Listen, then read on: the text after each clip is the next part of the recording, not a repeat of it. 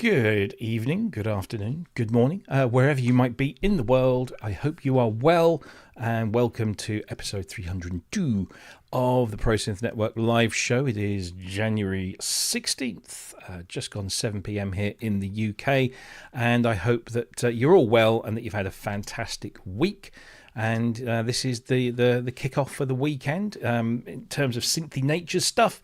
And it's also a kind of a prelude to the first big show of the year, which starts on Tuesday, I believe, next week, over there in Anaheim, California. And that's kind of going to be one of our focal points, talking about the things we're allowed to talk about, and maybe thinking about what we'd like to see in the coming 12 months. So we've all whacked our crystal balls out and laid them on the table, rolled them around, and had a good long look.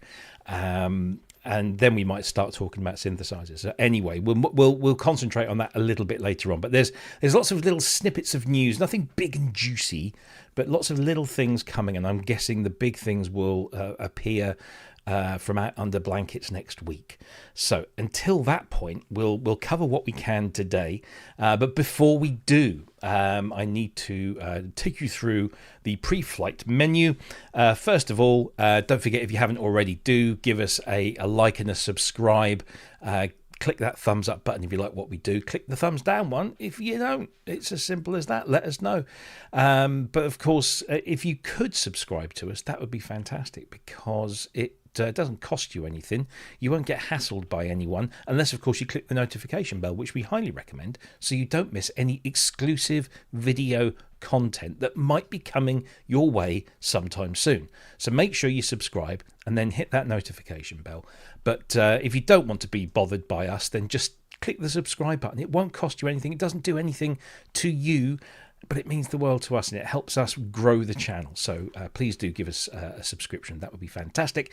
And of course, if you know somebody that would like what we do on a Friday evening, or a Friday afternoon or morning, wherever you might be, then please do share the link with them. Tell them all about us and share us around. So I always, when I say that, I always want to put a smutty comment in there, and I always check myself before I do that. But do share us around with your loved ones, and maybe your not so loved ones if you're feeling mean. So yeah, that's all of that. We are, as always, a community-based channel. We are by the people for the people, and it does cost us money to do this. And so we simply ask, you don't have to, but if you want to, you can support the channel in a small financial way. You can do that very easily if you're watching on YouTube. You can click the thanks, the super chat button. Sorry, thanks if you're watching. Thanks button if you're watching post live show. But during the show, there's super chat and super stickers, and you can send us a few pennies that way. YouTube take a little bit off the top. We get the rest. So you can do that if you like to. You don't have to, but if you do, we are super grateful. But some of the other ways that you can support us, for example, is our Patreon page. And when you subscribe to the Patreon page, you commit to a minimum, I think, of $2, and you get some good stuff with it. You get patches, you get exclusive video content, you get lots of other things as well, and you get that warm, fuzzy feeling that you're supporting this channel for the community. Again, you can start it and stop it whenever you like. You can contribute the minimum or as much as you feel comfortable doing. Lots of people do. We are super grateful, and you can go and fill your boots with patches for your software synthesizers, for your hardware synthesizers. There's also decent sampler instruments, so it's completely free. There's lots of really cool sample-based instruments that we've provided in there, thanks to the likes of Custom Sonics for their contributions in that regard. And there'll be more coming as we go through the year, I am sure. So Patreon is a really cool way of supporting the channel. So thank you to all of our existing Patreons and to any new ones that we might pick up in the coming hours. The other way that you can help us is you can buy some of our merchandise. So we have a range of t-shirts, sweatshirts, drinkware, sportswear, casual stuff, accessories, things like that, all emblazoned with our logos on. So if you want to get yourself a cool t-shirt or sweatshirt or hoodie, then you can. And again, we get a little bit off the top of the sale of each of those items, and it all goes into the fund to pay the bills every year. So you can do that. And the website is on your screen at the moment. The link is also in the description below this very video. Thank you for that. Now, if you want to communicate with fellow audience members outside of the show, then you can do so at our Discord channel. There's the link on screen, prosynthnetwork.com/Discord. Excuse me. And you can chat during the week, 24 hours a day, 7 days a week, with fellow YouTube viewers or ProSynth Network channel viewers. And fill your boots. Go at it. There's loads of different channels in there to allow you to share your music, to talk about technology, whether it's modular or synthesizers or hardware, software, whatever. There's lots of stuff in there. So please do go and avail yourself of those facilities if you so wish. And of course, we are across most of the social media channels. The one we tend to congregate on the most is Facebook, I think, because Facebook is for old people. So my children keep telling me, although they're not really children anymore. And we're all probably of a certain average age. Certainly looking at the YouTube stats, there's probably nobody here under the age of 40. So that's probably where we'll all end up. So there we go. Social media for you. If you want to ask a question during the show, please preface it with a large capital Q. That just helps us find the question in the chat.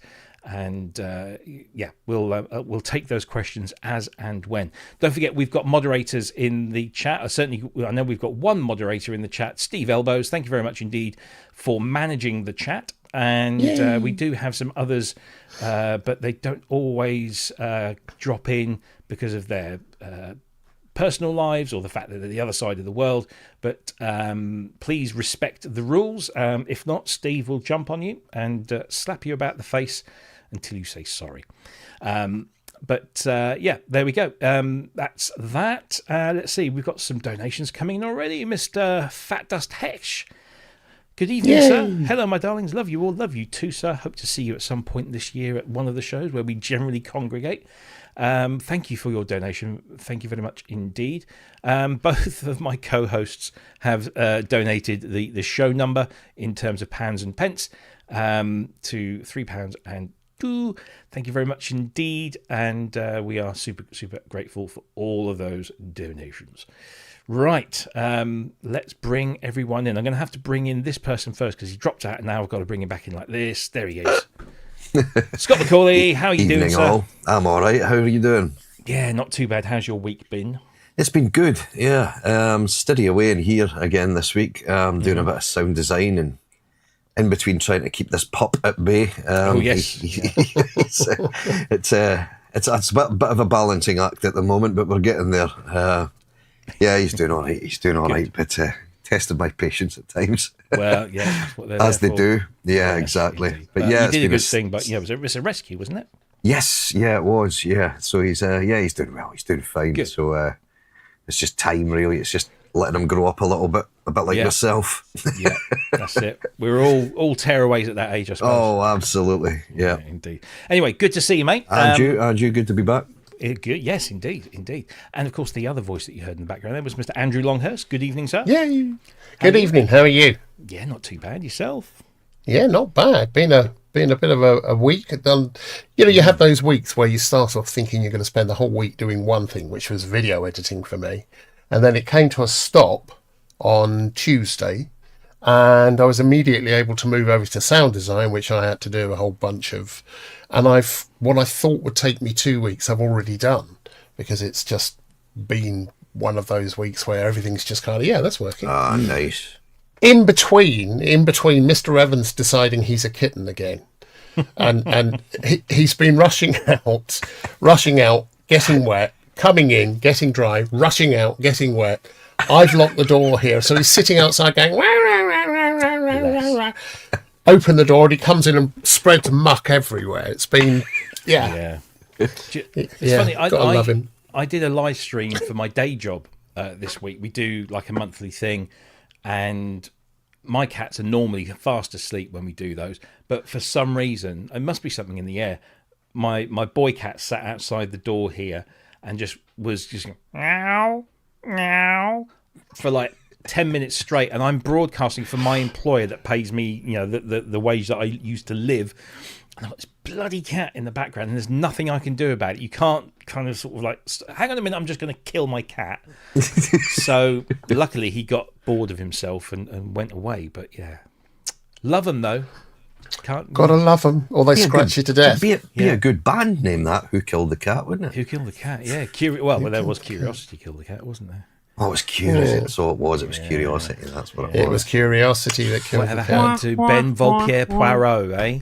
Yeah. I saw him on something a few years ago, and he basically hadn't changed, other than he looked like he'd aged on Raiders of the Lost Ark, or not the Raiders of the Lost Ark, the Last Crusade, when they age really fast. I thought, blimey, time has not been favourable to you, sir. I understand his real name is Alan Pettigrew. Yeah. That's what I... Yes, indeed. He used to have white socks, loafers, and used to roll the bottoms of his trousers up around just under his knees or something. Cyril Grimthorpe, that's his name. Oh dear. Anyway, it's a proper Yorkshire name. That, do you know, it's funny. I've just thought of this, but Rod Temperton, the great Rod Temperton, came from Cleethorpes, but that name is his real name, and it sounds so Hollywood, so LA. Rod Temperton. Yeah. It doesn't sound Cleethorpes, but there we go. Yeah. Stranger things. Hey, new synth day. Got new synth today. I've barely touched it. Apart from that, I think I probably touched it more just then than I have all day, because it didn't turn up until about 4:20. A massive shout out to Signal Sounds, who, if you're waiting for a protein, because they have been very thin on the ground, and thank you, I have to say a massive thank you to Steve Elbows, who said, I've just had an email, Signal Sounds have got proteins in stock, because I was waiting for Juno. So I went straight on the Signal Sounds website. This was, middle of the afternoon yesterday, ordered it, and it arrived today, and also a lovely little tub of jelly beans from Signal Sounds. So thank you very much indeed. Woo! Everyone at Signal Sounds, you do fantastic work up there, and it's a great price too. That was 295 quid, and everywhere else is like over 300. So if you're looking for one of those, quickly go and have a look-see and see if they've got any left. Probably at that price they haven't, but keep an eye and sign up to their newsletters for notifications. Just got to mention, of course, we are only three of us today. Jason, unfortunately, has got the lurg, and he's been off work all week and is just not really feeling at all well. So if you are watching, Jason, he did say he would be lurking in the chat. Get well soon, mate. Hope to see you again very soon. I hope you get over that very quick. And, of course, we're missing Kent. Kent has been up to his leathery bits in work and has been working all the hours that God sends. So he is knackered and just basically excused himself. As we say in this neck of the woods, he did a Josh Sargent and said he was unavailable for selection today. So he might lurk in the chat. So hope you feel better. Hope you get the work done. And most importantly, hope you get paid. So that you can carry on.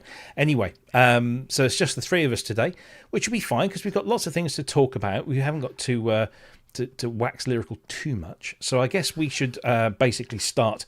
Oh, there we go. Look, he's just said in the chat he's still working. So keep up. And I hope we entertain and make the next 2 hours pass quickly for you, sir.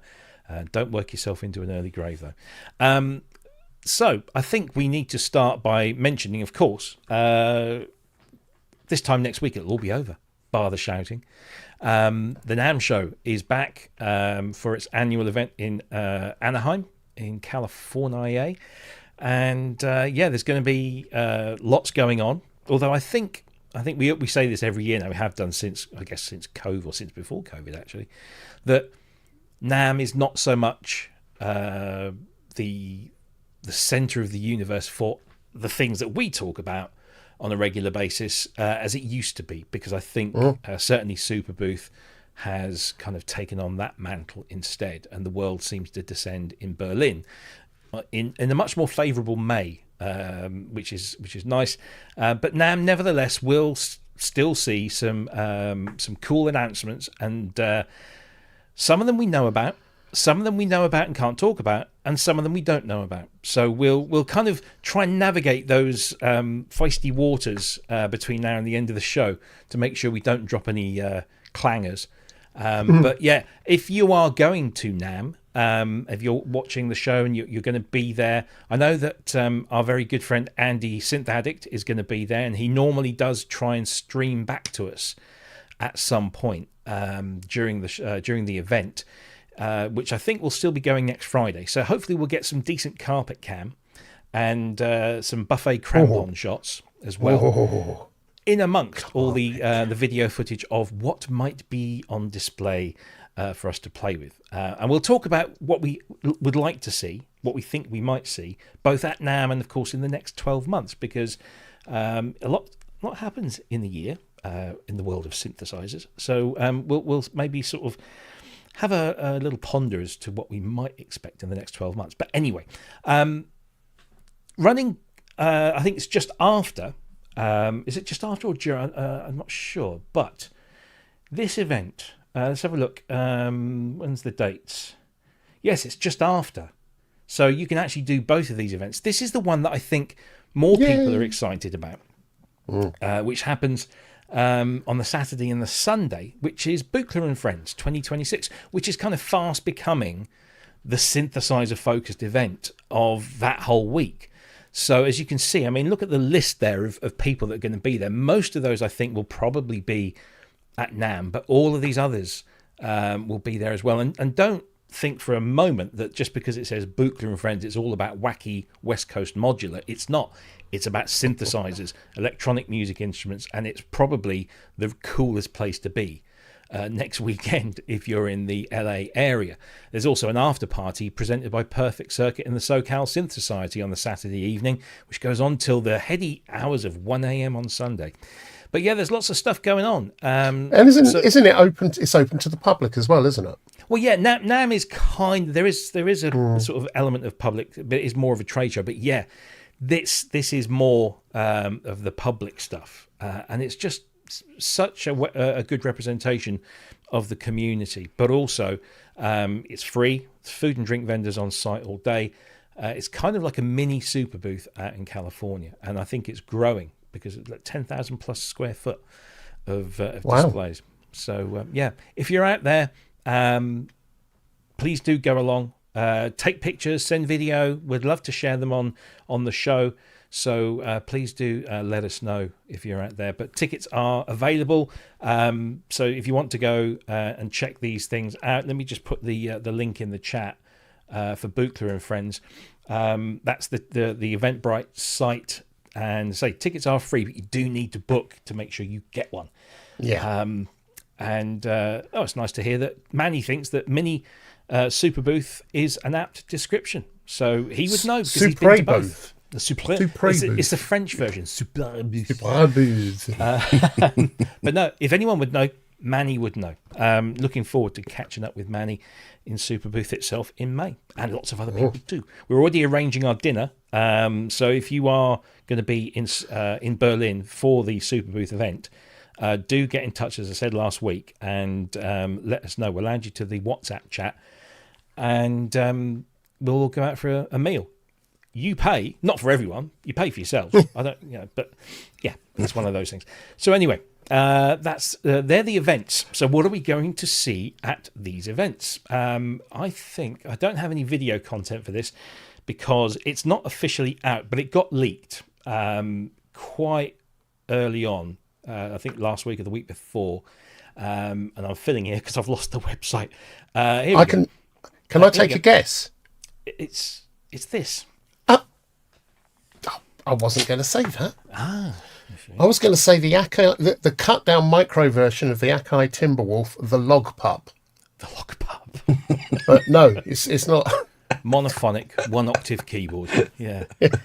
No, it's this. It's the Akai MPC XL. We don't have any real sort of like deep knowledge of this because it was a leak. But it seems to.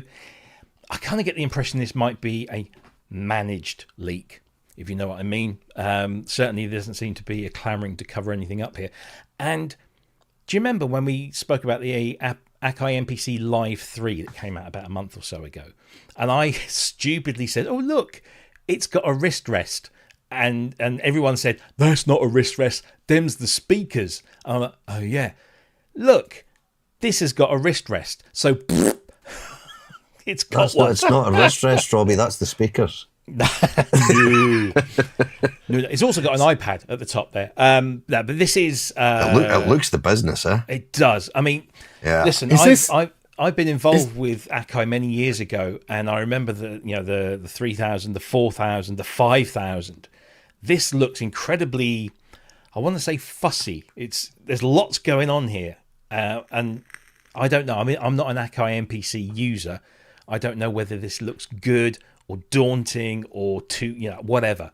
This looks like it's taken cues from do you remember the DPS series of mixed console recording things? So yeah. The the horizontal strip of knobs looks like it's cued from that.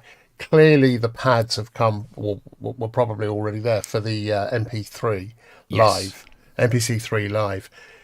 It's funny that it's been announced or leaked just after the TR-1000. Yeah. And maybe similar price. Yeah, it's alleged to be a similar price. Obviously, we can't guarantee anything because we've had nothing official through. But it is. I mean, look at that connectivity at the back there. They're really going for it. So what we got there? We've got combi inputs there, stereo inputs. We've got jack inputs. We've got phono inputs with the ground connection for your turntables, of course. We've got multiple outputs, 8 channels there. You've got 4 MIDI outs, 2 MIDI ins. You've got a full complement of CV and gate connections, which is great to see. And you've got twin USBs there at the back. There's a lot of connectivity there. Yeah. So yeah, it looks the biz. If this is what if this is the center of your studio, and I think this very much would be the center of many people's studios. And as you say, the post that this was leaked through claims a price of $2,899 US, which, as you say, is actually a little bit more, I think, than the TR-1000. If that's right. Thing is that they are slightly different markets. I love the TR-1000, but I think I'd get on with this as well. I'd have a hard time choosing between them, but I need to see what if it does launch, and then what it comes out at, what features it has. Yeah. So I mean, but it's a good looking thing. It certainly is, yeah. Yeah, I just think I look at it and think, wow. I mean, I'm trying to remember even the 5000, which it wasn't the best MPC ever, so I'm told. I mean, I wasn't a great user of it. I worked on library content and stuff for it, but it's a bit fussy between the pads and the touch strips on the left. That's the only thing I'd be frightened of. That's good, isn't it? Because one of the beauties of using an MPC is it's hands-on access. Yeah. So to have knob per functions, buttons per functions, those amazing pads. I mean, I haven't tried them, but every demo I've seen of them with the the kind of the polyphonic aftertouch MPE capability. They look like multi-zone pads as well. Are they the quad zone or something like that? Yeah. So like they are 4 zoned. You've got 4 zone, one in each corner, but you can then slide your finger and go and morph between. Oh, right, okay. So you can kind of have 4 samples in there, or at least I think. Or 4 synths. You can run synth. You can run synths as well, can't you? There's plugins on this. Yeah, because that's they've really come back with the MPC, and I think this is definitely the pinnacle. I'm not entirely keen on that colour choice background that my colleague chose there. It's just hurting my eyes, that puce. But no, I mean, it looks a remarkable thing, and ought to be at that price. Yeah, so it's we'll see. Yeah, we'll see. That will be interesting. It does it. Honestly, I'm the odd one out here. I'm still championing the orange and the red. I don't think my lights do orange. Anyway, I'm just thinking my T-shirt kind of matches that, doesn't it? Yeah, I'm assuming that screen doesn't just does it fold down? Is it on kind of like a? All the MPC screens have always folded, haven't they? So I would imagine it must. You would hope so. Must do. Yeah, but I don't see this being. You probably won't see this on stage too much, but this is definitely something that you'll find in the centre of someone's kind of studio workflow. That's going to be a heavy beastie. Yeah, absolutely. But I'd take it on stage. I'd love to say, that would be the kind. You've got everything in. Yeah, that together with the Arturia keyboard, Astrolab. Yeah. Well, I mean, that was always the big thing, certainly in the 90s and the early 2000s, with the hip hop and R&B producers were pretty much an MPC and generally a Korg Trinity stroke Triton, wasn't it? And that was it. That's all they ever needed, because they could get all their string sounds and electric piano sounds or whatever from the Triton or the Trinity, and then all your beats and samples were MPCs, and that they were golden.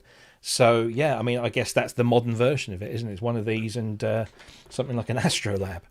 If it comes out looking like this or in different colours or whatever, the reds and all the obligatory other things they do, this is going to sell. There will be a market for it. I mean, I know it's expensive, but people will just go, yeah. It's a niche market, but it's a big niche market, and it's a very big niche market. All the hip hop guys will be wanting one of these for sure, straight off the bat, and they'll be. I think they've kind of got a wider audience now. It's not just kind of exclusively in that. Those areas of R&B and hip hop, and these are. I mean, when I was working with Akai many years ago, I was always surprised at the people that I would find who are users of these. Mark King of Level 42 has always been a massive MPC user. I mean, you don't equate an MPC with Mark King of Level 42, but that's where he did a lot of his beat production and stuff. I used them for years. You used that in the ASQ10, the MPC 60 and the ASQ10 for years. And just out of interest, Scott, would you get something like this? It's not really my thing. It's one of these things that it would be a must buy, and then I buy it, and it would probably be one of these things, because I'm so DAW orientated, it would get very little use.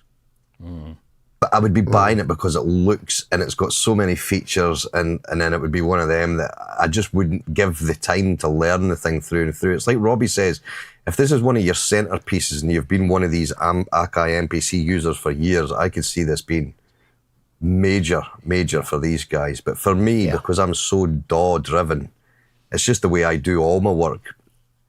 It's the same. I've tried different drum machines as well, and I end up just doing all my it's because it's the way I've always done it. It's always just been in the DAW.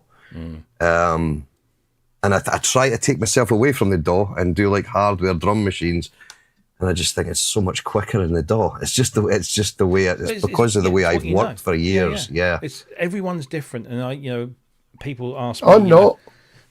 You're very different. People will speak to me, certainly some years ago, what should I get my kid? And I said, well, when they're talking about a DAW, I said, I can't tell you. You're going to have to go and get the demos and let them try them. They'll find one that fits straight away. One that clicks with them. Yeah. And whether that's a DAW on a computer or whether it's a piece of hardware, they'll soon find out. And I tried desperately wanted to get on with an MPC. When I first got one, I was like, yeah, these are cool.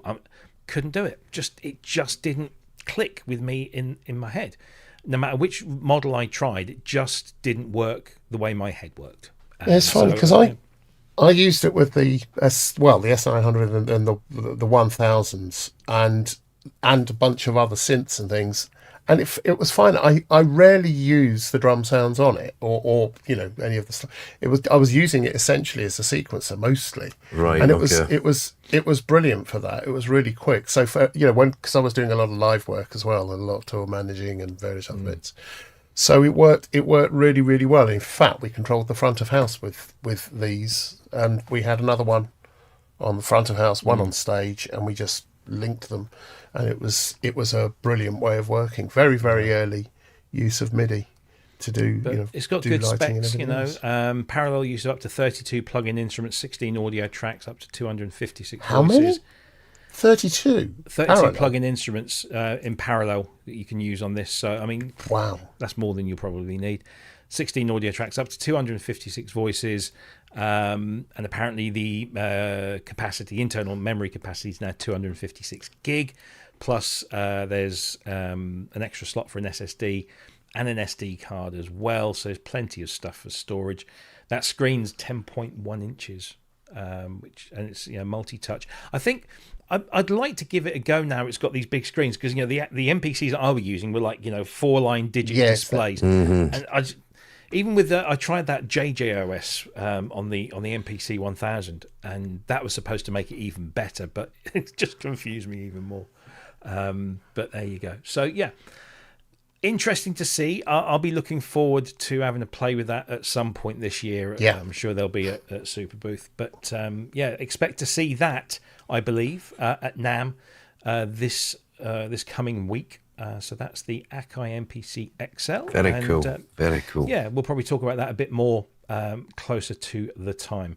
Let's talk about a little bit of software this time. I've actually got a video trailer for this. So let me just remove that and just very quickly play this video, because this is actually kind of interesting. I've got to thank Steve Elbows for making me aware of this, because it kind of flew under my radar this week. Across the world's legendary studios, you can sense an unmistakable vibe, the soul of countless iconic songs. This is where musicians don't just play, they create.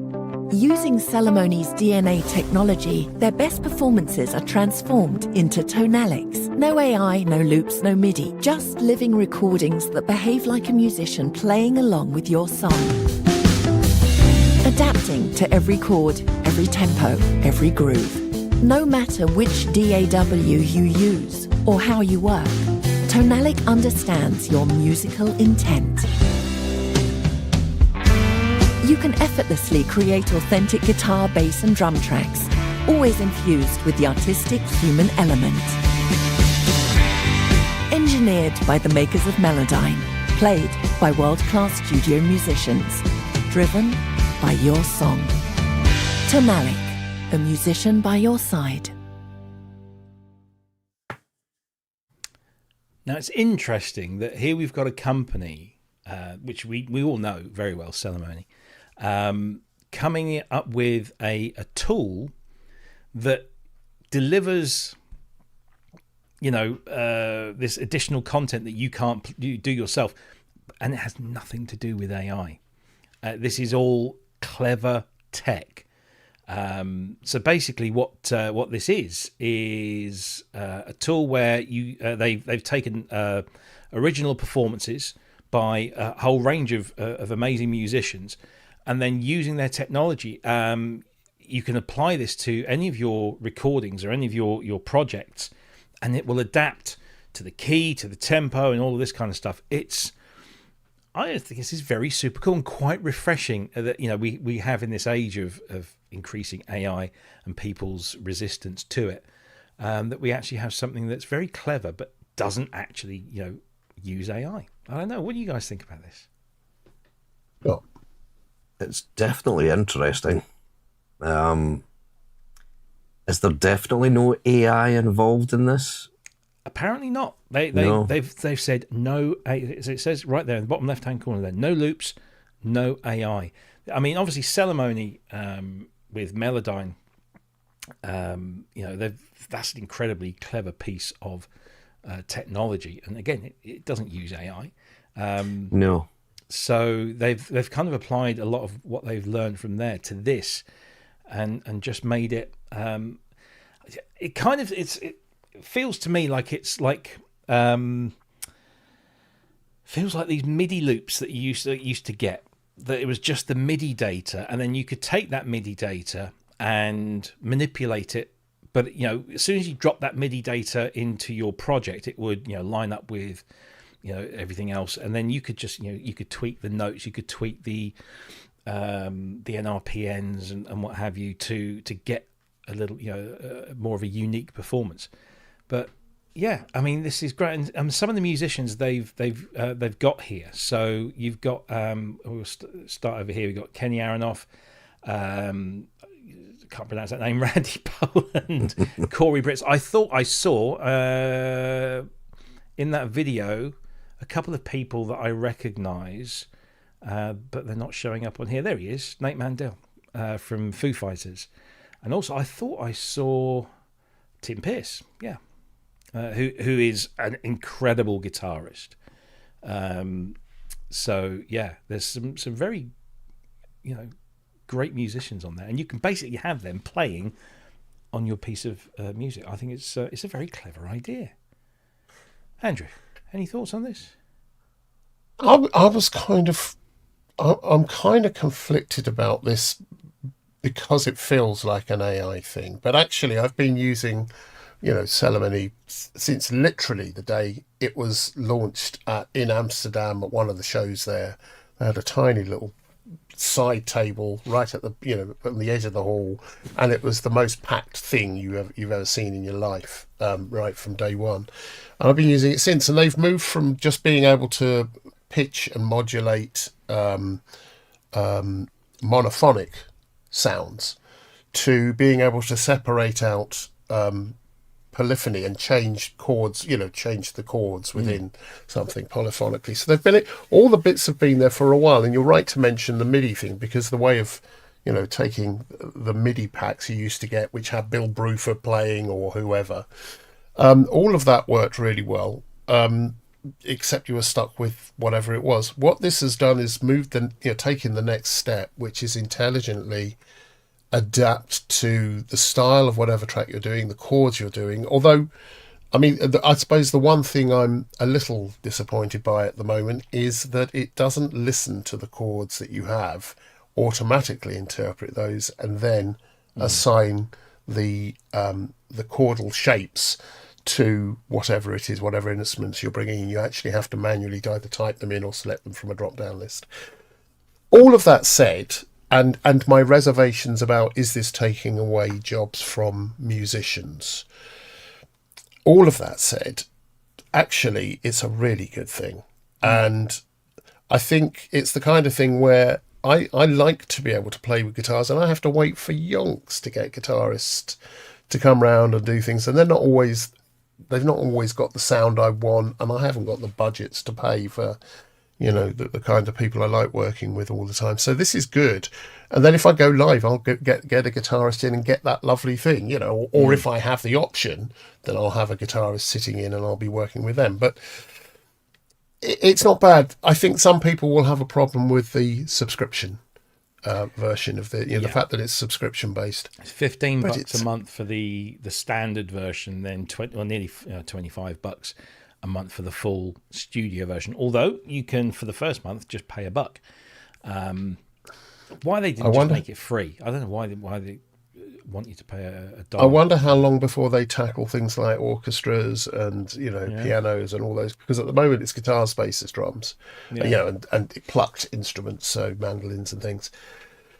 This is one to keep your eye on. I think I may. And by the way, you can try it for a monthly thing. It's a trial version, $1 a month to try it. Yeah, as I just said, why $1? Why not just say, look, first month free? Yeah. But anyway, that's a minor thing.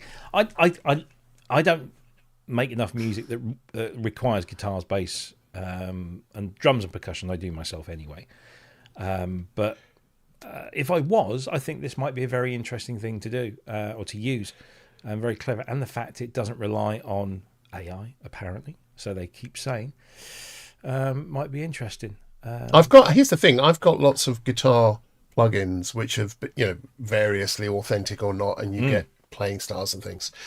And I always end up with something that sounds like someone that's programmed a guitar. It's all right, and it's good enough. And then you say, guitarist, do something like that. This is different from that, and I do use guitars, and I think this is something I will end up using a fair bit. I like the basses as well. And it's all royalty free as well. So anything you use from this is royalty. But I say royalty free. I'm sure that all the performers have been paid handsomely, and maybe continue to be paid handsomely based on those subscription fees. I'd love to know their revenue model for artists. I'd love to know that. But yeah, an interesting thing. I can't go into any more detail because Steve Elbows pointed out to me, I think it was yesterday, so I haven't really had a chance to gen up on it, but seems a very interesting thing. But talking of AI, there was some news this week, and I suppose it's kind of welcome news. Let's just put this on the screen. AI generated music on Bandcamp has been banned. Very good. So they announced this on their Reddit page, and basically they're saying that they're articulating our policy on generative AI. We want musicians to keep making music and for fans to have confidence that the music they find on Bandcamp was created by humans. So music and audio that is generated wholly or in substantial part by AI is not permitted on Bandcamp. Any use of AI tools to impersonate other artists or styles is strictly prohibited. In accordance with their existing policies prohibiting impersonation and IP infringement. You can report anything that you find on there. And in fact, I actually saw somebody post something somewhere online today where they reported an entire artist's work as wholly generated by AI. And they were going to report back as to how quick Bandcamp responded to that and took that down. But I think that's good. Especially when you've got, what did I read somewhere, that the number one artist on the Spotify charts or whatever they use these days was an AI artist. Jesus. So, Yeah. We've all got our opinion. I think generally Bandcamp is incredibly well thought of within our community anyway. And we were always a little bit worried after they got taken over and then taken over again. And we thought, is it going to lose that sense of, camaraderie and community spirit and that small community spirit? Yeah, I think this pretty much sends a message to us, its users. I mean, I use it almost daily, whether it's to listen to music or to buy music. I've bought so much off Bandcamp.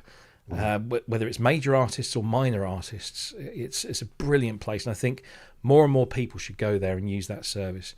And it's just great to know that they've got our backs when it comes to competing with AI. So there you go. It's rather like when Akai and or Moog were acquired, there were protestations of doom and it will go the way of the pair and it will be corporately raped and pillaged. Quite the opposite's happened, and I think the same's happening.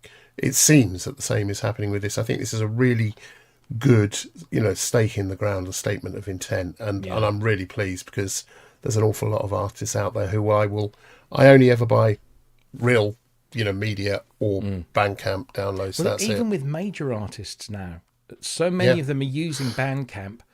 And if I see something come up for sale, if I don't necessarily maybe go to the artist's website direct, I will first check out if they're on Bandcamp, and a lot of them are. And as I've said many, many times, the best Bandcamp subscription I've got is the Peter Gabriel one for £3 a month. You get everything he puts out and a whole bunch of stuff from the past as well. It's a massive collection of stuff for £3 a month from one of the greatest artists that's ever lived. And 1/4 of Node, who is appearing. Indeed, it's Synth Southwest, which we'll talk about a little later. Yeah. So, he's also on there. He's got some great stuff. He makes some great music. He really New does. Sleaford Mods album's out today. That's on Bandcamp. And that means the artist gets a bit more of the money than the label. So that's always good. So we'll see how well that works and if it has an effect on the rest of the industry, which I'd like it to do, but we'll see, I guess, in time. Any thoughts on that one, Scott, before we move on? I think it's great. I was just trying to think through my head how they're going to actually monitor that, whether it'll be reliant on people reporting what they think is AI, or how do they actually determine what is and what isn't, Yeah. I wonder if they've got something running in the background themselves to possibly pick stuff out. some sort of algorithm thing. Yeah. I mean, I guess as time goes by and AI gets more elaborate, more better. If it just realistic, gets better, more realistic. One of the things that's going to How will they happen. tell? One of the things that's going to happen is, well, it's already happening to an extent, is that anything that's generated by AI in whatever platform it's generated by gets some metadata attached saying AI is being used in this in some way. Now you can strip that out. That's fair to say you can strip it out. That's fine. What's going to happen moving forward is responsible platforms are going to say if you can't if you can't affirm that there is no AI in this, then we're not going to put it up because we have to assume it has. Because of all the lawsuits that are starting. Yeah. Because it will have to rely on, people saying, yes, I or no, I haven't used AI, and then if it's shown that you have, then I guess the consequences. Or in other words, prove you haven't used AI. Yeah. That's. So if you can hear a bit of rattling in the background, my wife decided to put the washing machine on, which is just the other side of that wall. Can't hear it, Rob. Good. And she's rattling. And she's still alive. Anyway, Glad it's the washing machine. Yeah, I know, right? I thought it was something outside. I thought, oh God, there's a lorry outside or something, which is weird. Anyway, kind of on a related thing, I guess if we're kind of moving in the world of subscriptions and AI, this covers both of those things. And this is, I've got a video. I might as well play this. Let's see if they issue us with a what's it over this. Here we go. This is coming up from the dearly beloved Apple.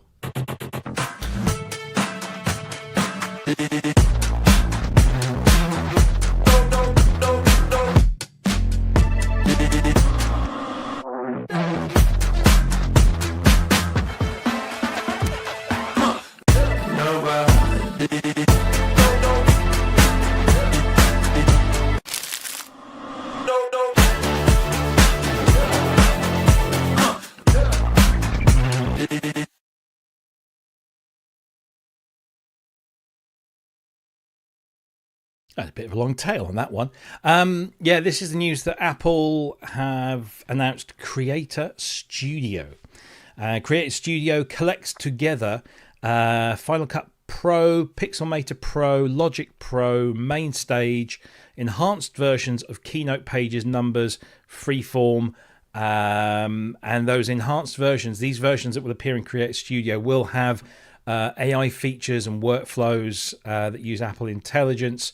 So there's the suite of products you get in there. When I saw this, I was like, uh-oh, here we go. But the good news is that the perpetual licenses will still remain. So if you don't want to subscribe, that's fine. You can still keep your perpetual license of Logic or Final Cut or whatever it is that you've got there. But certain features within the applications will only be available to Creator Studios subscriptions. You might have heard me say that the Keynote and Pages and Numbers are all included in there. Apple have committed to keeping those completely free of charge as individual products. Again, you won't necessarily get the added AI workflow features, but you'll still be able to use all of those applications. Because if you buy a Mac, if people aren't aware, when you buy a Mac, you get Pages, which is their word processor, Numbers, which is their spreadsheet program, and Keynote, which is their presentation tool. You get all of that included in the OS. So even though they've got enhanced versions in here, they will remain. The other thing is that these cover not just Mac OS apps, but also iOS apps. So Logic Pro on the iPad is included, and Final Cut, I believe, on the iPad is included. And they will all go up to a new version. So Logic Pro is going up to version 12 when this comes out on the 28th of January. I assume that the perpetual version of Logic will go up to that same thing. It just won't have the added AI bits and bobs. What's coming in Logic, which is quite interesting, and I'm just trying to see if I can find something that specifies or details the actual thing. You're going to get some. Logic has got these session drummers, which are kind of, again, they're not AI, but they're kind of patterns that you can apply any sound to, and then just drop it into your project. So there's going to be a new one, which I think is going to make use of the Apple Intelligence stuff. So now we're seeing AI coming into those things. It is, I don't know. It's very well priced, by the way, as well. It's $12, around $12 a month, or 120 something a year. So you kind of save, you get kind of by 10 months, get 2 free if you do it annually.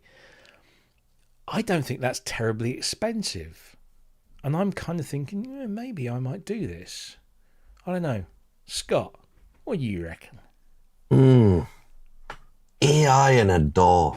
No. It's going to happen. No. I know. And there's no fighting it. It's gonna happen. It's going to get to the point that creativity is just going to disappear because people are just going to rely on. Yeah, okay. There's maybe an element of creativity if you're using AI and things like that, but it's not the same as sitting down and busting your balls trying to find the right chord progression and. You know yourselves. I just don't know what us sort of DAW users, electronic musicians, whatever. We have a hard enough time as it is with people saying, "Oh, well, it's not exactly real music, is it?" And now yeah, exactly. And then now you're introducing this as well. It's yeah. I don't know. I'm very, very much on the. Let's try to steer away from the AI side of things, but it's inevitable. I know it is. It's just me and my old school brain, I think. But there's no way you're going to get away from it. Whichever platform. I think Ableton are already looking into it. I'm sure that Steinberg and all the others are all going to have this at some point. Like we were saying, was it last week we were speaking about it? It's like even Waves now are starting to introduce plugins that have got AI built into them that'll give you a basis of an EQ that they think you should have on a specific instrument that you've got in there. It analyzes the sound and the notes that you're playing and says, well, this is how we would EQ this for you. Yeah. Which is great for someone that's learning. That type of thing I think is lovely for someone that's learning because they can look at the shapes and what it's actually done and thought, damn, that worked. And even for people that have been mixing for years, that type of thing, I think you would learn things from it without a shadow of a doubt. You would learn from it. Yeah. But it just takes that skill set away from people, I think. That's my thought process on it anyway. Yeah, I mean, this is one of the additions in Logic 12 that's coming up at the end of the month is this synth player, which accompanies what they've already got in the in the bass and the electronic drummer and all this kind of stuff.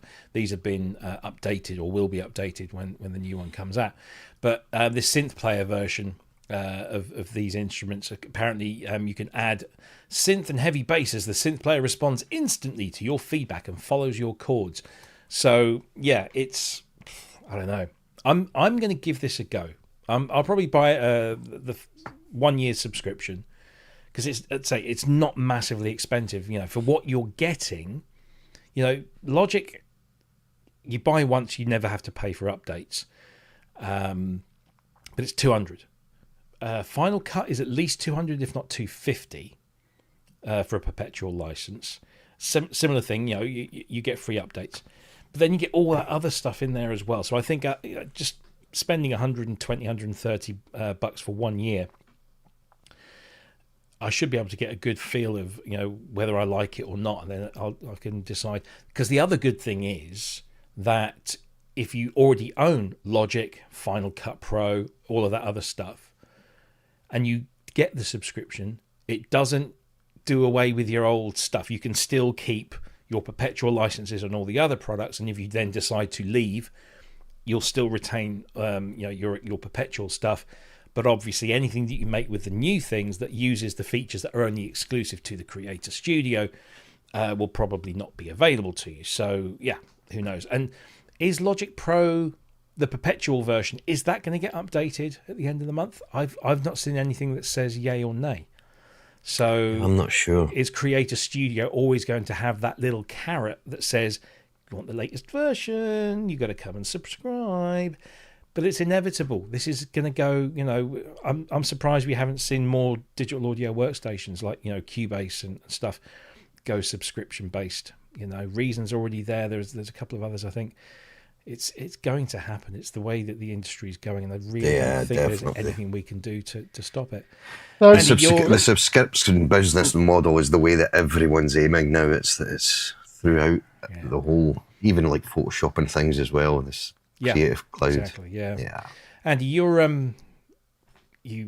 dabble in music, you dabble in video editing, you dabble in all of this stuff. You are kind of these guys' target market. Now, I know that you are massively into Adobe, but as an Adobe user, does this appeal? Do you think this is a good thing or a bad thing?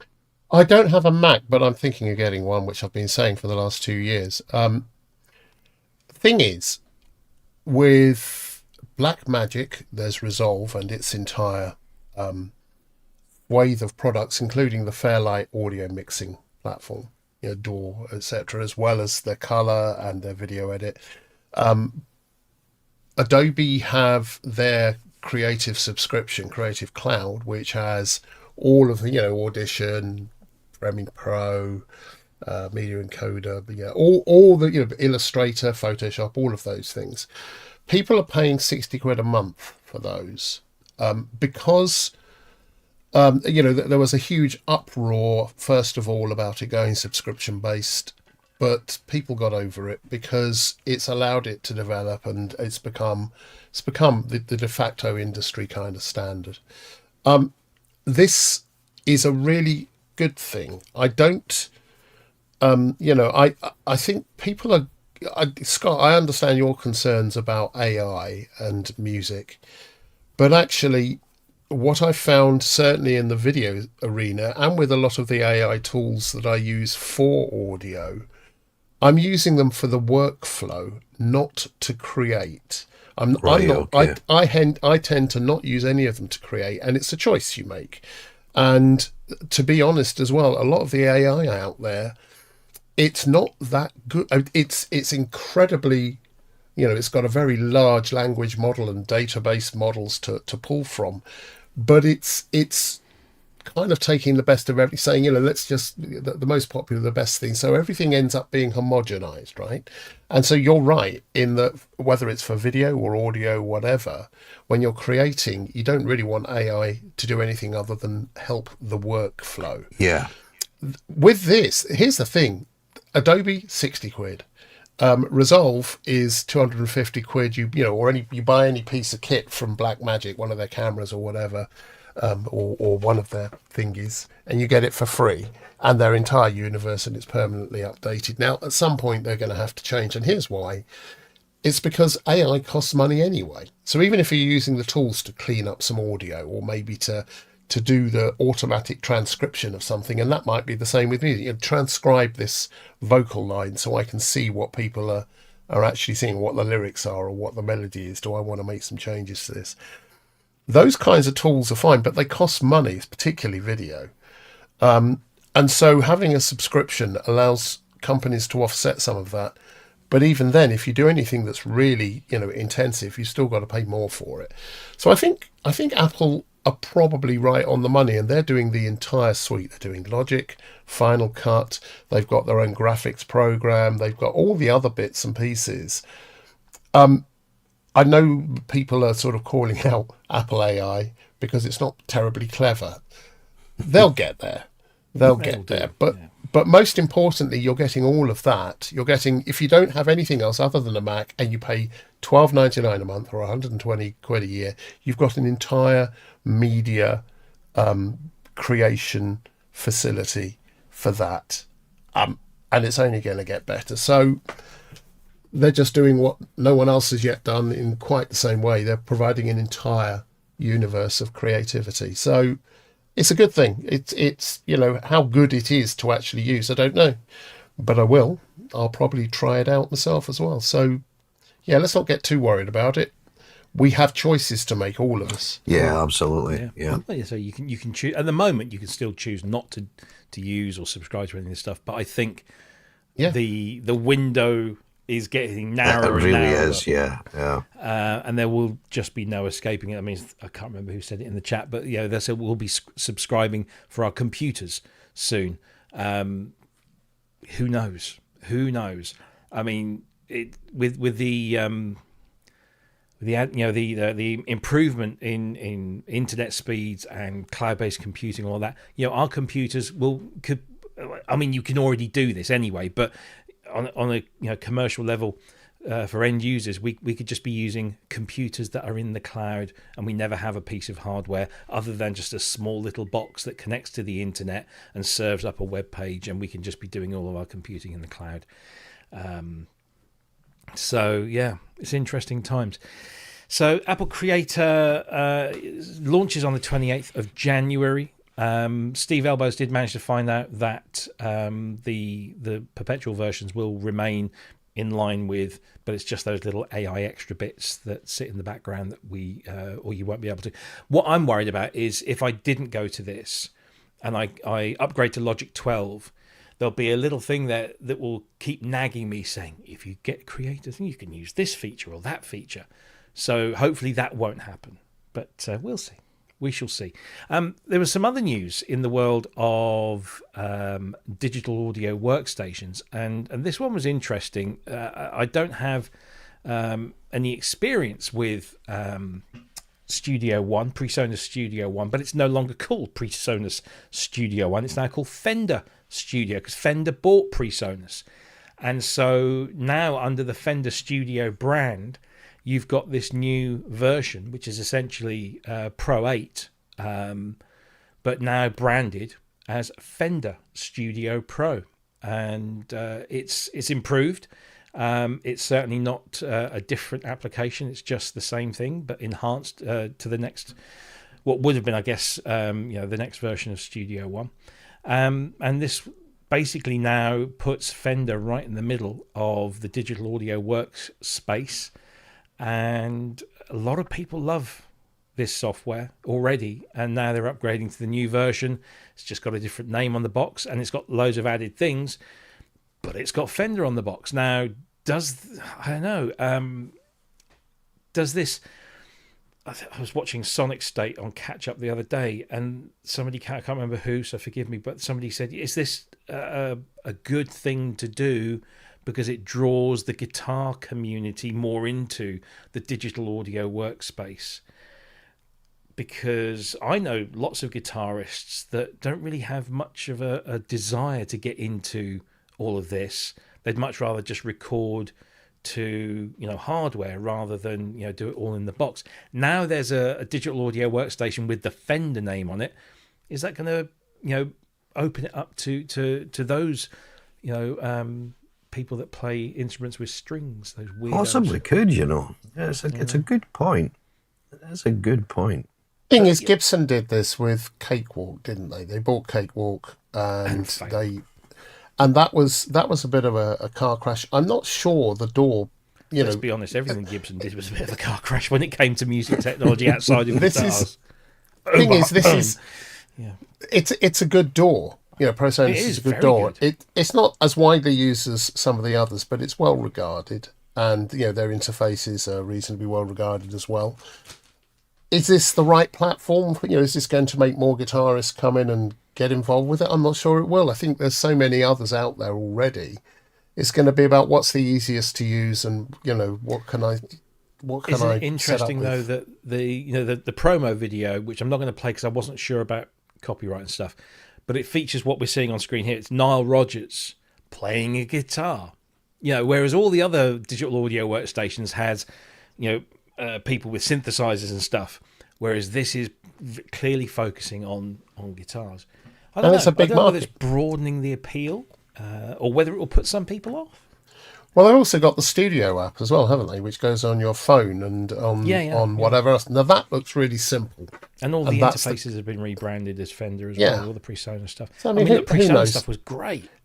And it's always good to have choice in the marketplace. And, learning, the one thing I get really, really frustrated by is, Cubase 15's now out and, upgraded.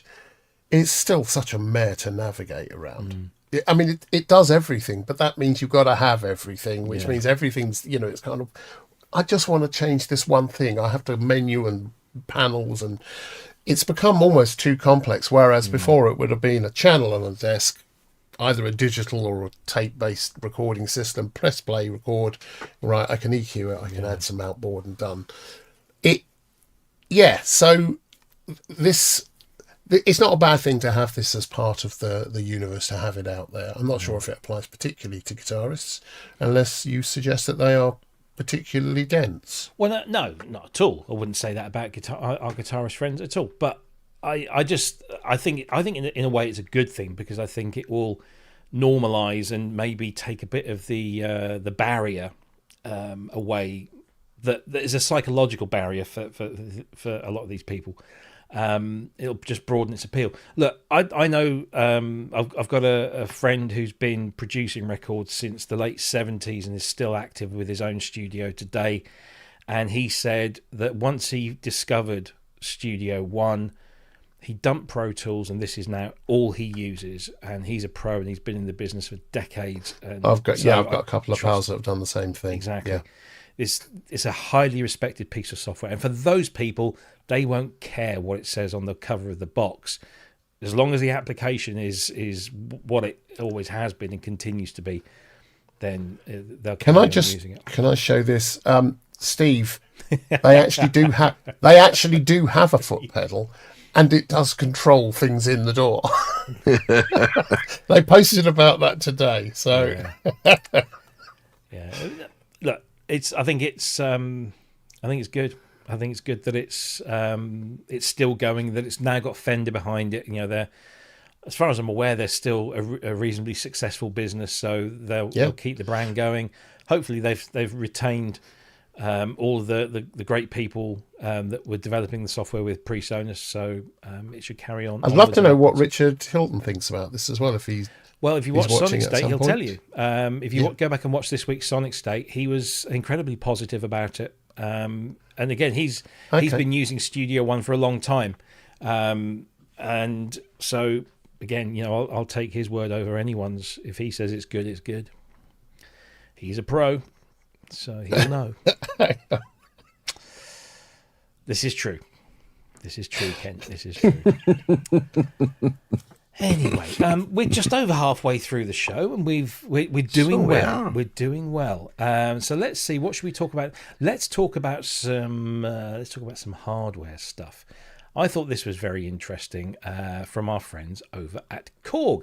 They've released a couple of audio interfaces, but with a slight difference. First of all, they've both got a kind of retro Korg look, but the one that caught my eye was the one on the left that you see there, because it's got a little badge on it that says 700S analog filter. And so these are two, they're called micro audio interfaces. They're small, compact units. And the micro audio 22 is a 2-in, 2-out interface with a nice big volume knob there in the middle. Very simple design, simple use. But the one on the left is the same, but it's got an a Mini Korg 700S analog filter built in, which is, I don't know, I kind of like this. So there it is. There's the 722. So there's the filter stage in the middle, and I don't know exactly how that works. Whether you just add it at that stage or what, I don't know. It's interesting. I kind of like this. I think we did have we got a video? Let's have a look. The video might explain more. Where are we? Introducing the micro audios.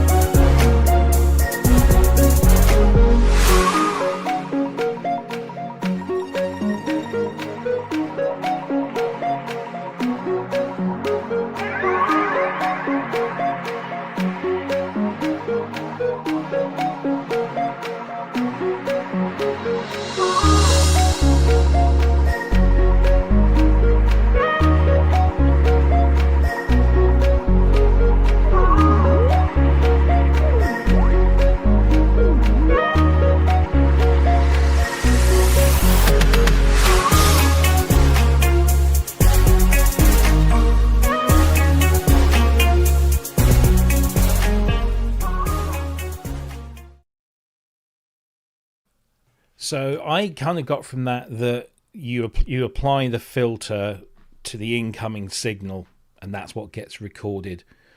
And you can use it as an independent unit or as a part of your DAW setup. And it looks like there's specific plug-in settings within the software. But I don't know. I thought this was a clever little thing. We'll talk about Filter Arc, which was mentioned in the trailer as well, in just a moment. But I don't know. What do you think? I'm happy to go on this one quickly. If it had 4 inputs, I'd be getting it in a heartbeat, because it also has compressors and EQ on the input, so you can record. It doesn't have a mic in it per se. So, or does it? Yes, it does. It has. Yes, it does. Yeah. But it's only got, if it was 4 in, 4 out, I'd get this in a heartbeat. It's a good thing, and as you say, there's the Filter Arc. It sounds great. And the fact that you could use it for this kind of thing, compressing these mics, that would be really good. But I wish it had a couple more inputs. You know what my main concern is, and I'm sure that it probably won't be a concern, but I haven't looked into it, is that it's USB only powered. And I've always been a little reticent about USB only powered audio interfaces, simply because of noise. Now, I didn't have that I had a Focusrite that was USB powered, didn't have that at all. But I do. If you have the right cables, the noise thing isn't an issue. But it's whether or not it's got enough power, and I've had issues with them drawing, not having enough power to draw upon, depending on what it's connected to. So, I think when it comes to an audio interface, it's not something you connect to a hub. You connect it directly to the computer. That's the one rule I have, is that the audio interface always goes directly into the actual computer and is mains powered, and is preferably mains has a separate power supply. Yeah. The same, but I like the fact that it's got so much included. I think it's a very classic vintage Korg look, isn't it? That black. It's very nice. It's a great concept as well. It is a really good concept. I'm the same as Andrew. It's just not enough inputs for me. But for likes of people that just require a couple of inputs, that's a great little bit of kit, and it sounds amazing. If that's what they've used for that recording that they're advertising it through, it sounds great. 4 ins, 4 outs, and 2 headphones. That would be a podcaster's absolute. But every podcaster would want one, wouldn't they? Indeed. So if you're listening, Korg, mains. Let me just see if I can get the prices of those, because I think that's going to be quite important. Hopefully, they're not too. They're not bad. Bear with me, honestly. This Micro Audio 744 coming soon. Well, yeah. I mean, test the waters with these basic ones, and if they do well, bring the big ones in. Micro Audio 22 is £175, €199. And the Micro Audio 722 is £245, €279. And they're up to 192 kilohertz if you're stupid enough to think that matters. And they are, they have all the bits. They will be very good. And it gets bundled with this thing, which is Filter Arc, which is now part of. You can buy this separately, or you get it bundled in with the interface. Or if you are a Korg Collection 6 owner, go and update your Korg Software Pass application, and you'll find this there ready to download. It's included in Korg Collection 6. And I thought that was a nice touch, because I've always been critical of Korg and their software pricing, especially when it comes to the collection. Compared to others, the bang for buck is a lot less with the Korg Collection, although it's getting better. But Filter Arc is now included. So if you've already got Korg Collection 6, as I said, go and update your Korg Software Pass tool, and then you'll find it in the list. You can download it and install it. And essentially, it's a filter design plugin. So you've got, as you can see on that screenshot there, and I'll just bring in some others here. So you've got an ARP Odyssey filter, you've got a Korg Polysix filter, you've got the MS filter, you've got the Korg 700 filter, plus you've got other filter models in there as well. Let's see if I can get a list. There we go. They've got formant-based filter in there. There's They've formant got and stereo and all Yeah, sorts all of weird and sorts of wonderful things. I downloaded it the other day. I set up a really basic kind of arpeggio of an instrument or of a sound I was very familiar with, and then just started flicking through the presets, and it does sound very good. And it does kind of give you the idea that you've got waveguide in there as well, which is the modeling stuff. So yeah, it's very comprehensive, and it's on offer at the moment. You can buy this at a special price for the. I think it's 49 if you buy it now, and then it's 99 after, something like that, isn't it? Let's have a quick look. Yeah, so it's $99 full price, but right now $49.99. But if you've got Korg Collection 6, don't pay for it. You've already got it. Just go and update your software. Scott, software filters. I mean, this is. I think this is kind of unique because you have a whole bunch of different filters that you can then create and use together rather than just plug-in after plug-in after plug-in. You can just have one and then just throw all this stuff in. It's a great idea. I've never tried Filter Arc yet, so I maybe should give it a go. It's a fantastic idea. And you can have any four at the same time, right? Yeah. Is that the max is 4? You can I believe so, yeah. Yeah, which is more than enough, isn't it? Yeah, because things will start. Well, yeah, you could stack as well, Andrew, if you needed to, but I think 4 is more than enough. It is. But yeah, it's you probably get some really interesting things from it. And when you say presets, Rob, is that the presets are not per individual one? Is that like the presets are a different combination of the Poly 6 Plus? Exactly. So it's a different combination of the filters, and then their various settings within them. Yeah. That's a great idea. Yeah, I'll definitely give that a go.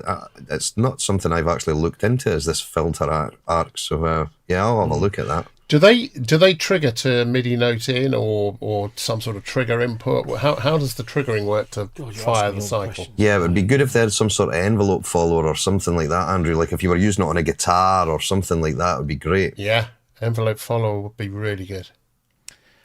Flexible routing with up to 4 filters, a unique and powerful modulation system. Also functions as a sound generator. I don't know. There is a demo as well, so if you want to try it, you get a 10-minute demo. But that I can't say. I think it's worth trying out, isn't it? Yeah, it certainly is. Yeah, for sure. Absolutely. Now, I was very happy that I didn't have to pay for this, so that's good. Nice that Korg have done something nice in terms of the financial situation, because this is turning out to be an expensive month. But yeah, Filter Arc is available now. It's a filter design tool from Korg, featuring some of their classic filters and a whole bunch of other stuff as well. So you've got the Odyssey and the Poly 6. $49, or it's included this month. Yeah, exactly. Or buy one of those interfaces, you get it in there as well. So get it for free. Yeah. There. Right. Let's see. What else have we not talked about? Cake. Here you go. Freebie. It's time for freebie. And this is a thing called Plug Pane, which sounds a little bit odd, but what it is, it's a plugin manager for Mac OS. So unfortunately, all you Windows users, you can go and make a cup of tea. But this is Plug Pane. And this has been tried before, and I did sign up for the KVR application that scanned your system for all of your plugins and then arranged them, and you could manage and then uninstall them and what have you. But again, this is free of charge, but it seems to be a bit more detailed and powerful because it gives you a lot of information. So it scans your system, it shows you the plugins that you have in your system based on the plugin format. And then when you click on the plugin, it will tell you what the latest version is.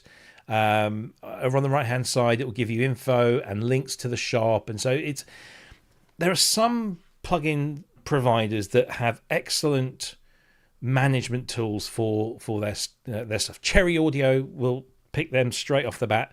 The Cherry Audio Sync app is brilliant. You just fire it up. It has a look at what you've got on your system, tells you if any of that stuff needs updating. You can then go and update it. You can then go into the store and buy other bits and bobs. It's a brilliant one-stop shop. And, conversely, Native Access does the same sort of thing, but does it 100 times worse. It's really not a very pleasant thing to use. But there are lots of things out there. There's one company I wish would do one, is GeForce Software. I would love GeForce to actually do a management tool for all their plugins so that I can see, because the amount of times you go somewhere and you've got a spare half hour and you think, I'll just see if there's been any updates.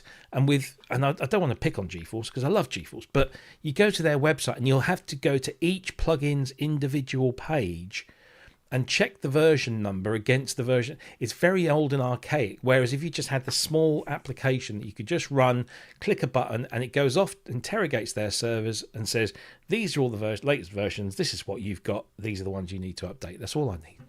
So this will do that. Does this automatically update for you? Does it actually? I don't believe it will update for you. I don't think it takes that level of responsibility away from you, because I think that might be a little dangerous, because maybe you don't want to upgrade, but it will tell you.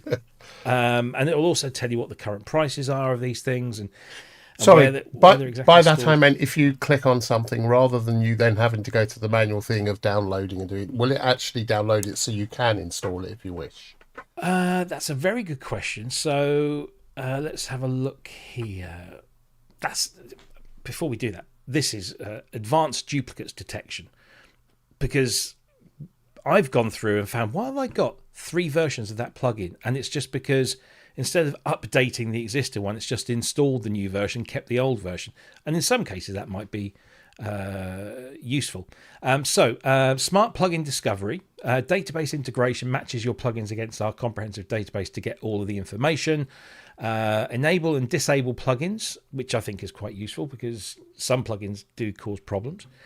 Organization and tagging, duplicate detection, and advanced filtering, but there's nothing about sort of doing the install process. And I'm not too bothered about that, because I would like to keep that part of it